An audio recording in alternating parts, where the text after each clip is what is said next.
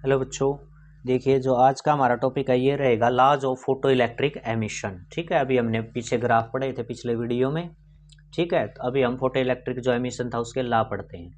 First में क्या कहा था, photoelectric current is directly proportional to intensity of incident light. ये हमने पहला ही ग्राफ किया था कि इंटेंसिटी है जो लाइट की, इंसिडेंट लाइट की जो इंटेंसिटी है, अगर वो बढ़ेगी तो फोटो इलेक्ट्रिक करंट भी बढ़ेगा। ये डायरेक्टली प्रोपोर्शनल होती है फोटो इलेक्ट्रिक करंट और इंटेंसिटी। ठीक है, सेकंड लॉ में क्या कर लेते हैं, देखो पढ़ो।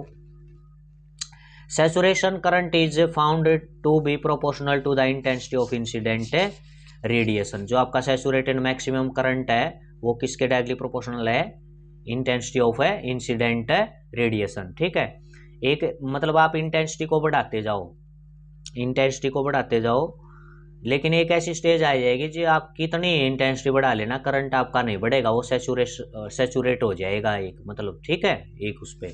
ये हमने पीछे ग्राफ भी किए थे ना, जो ये ग्राफ है इसमें आप इंटेंसिटी को बढ़ाते रहो लेकिन एक ऐसी स्टेज आ जाएगी कि करंट आपका नहीं बढ़ेगा फिर। ठीक है, तो ये आपका सेकंड हो गया इसमें। फिर आपका क्या है, the stopping potential independent of intensity.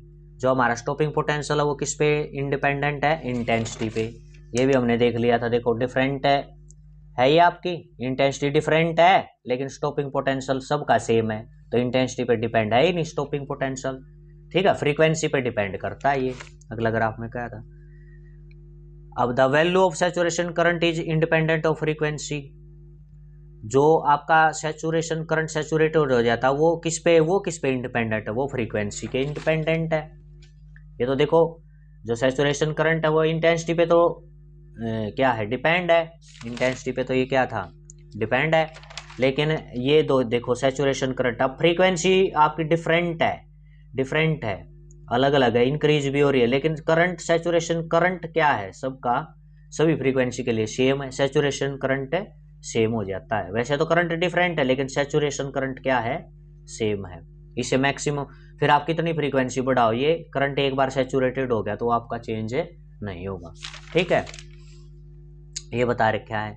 अब क्या, the stopping potential increase is negative for higher frequency. ये भी ग्राफ से ही है, आप फ्रीक्वेंसी क्या है बढ़ाओगे, बढ़ाते जाओगे तो स्टॉपिंग पोटेंशियल भी क्या हो जाएगा आपका, बढ़ता जाएगा। फ्रीक्वेंसी ये और ज़्यादा ले लोगे तो स्टॉपिंग पोटेंशियल नेगेटिव में और ज़्यादा आपका बढ़ जाएगा। ठीक है, तो जो स्टॉपिंग पोटेंशियल इंक्रीज हो जाता है इन नेगेटिव में फॉर हायर फ्रीक्वेंसी, ज़्यादा फ्रीक्वेंसी के लिए। अब आगे बता, stopping potential of photo electron increase linearly with frequency after minimum cut off frequency.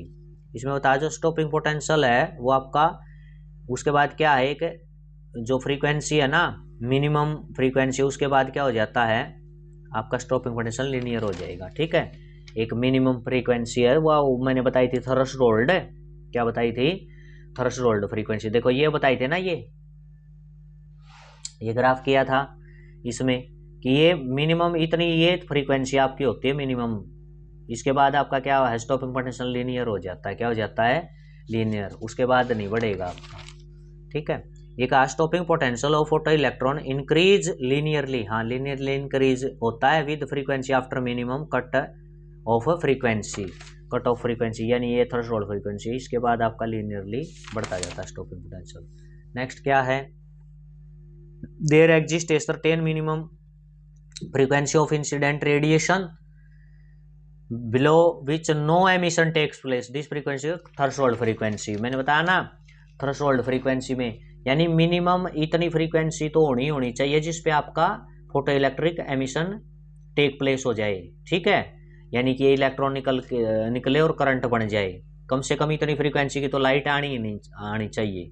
उसको बोलते हैं जो जिस मिनिमम फ्रीक्वेंसी पे ये फोटो इलेक्ट्रिक इफेक्ट हो जाता है मिनिमम फ्रीक्वेंसी पे, उस मिनिमम फ्रीक्वेंसी को बोलते हैं थ्रेशोल्ड।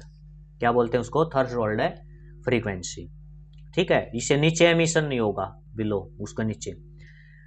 अच्छा, जो है it is a spontaneous process, there is no time lag, यानी स्पॉन्टेनियस प्रोसेस है ये, तुरंत जैसे ही लाइट गिरती है ना यहाँ पर तुरंत इलेक्ट्रॉन निकल जाता है आपका, जैसे ही लाइट गिरेगी इस पे पहले फ्रीक्वेंसी इंटेंसिटी की, इलेक्ट्रॉन तुरंत क्या हो जाएगा यहाँ से निकल जाएगा।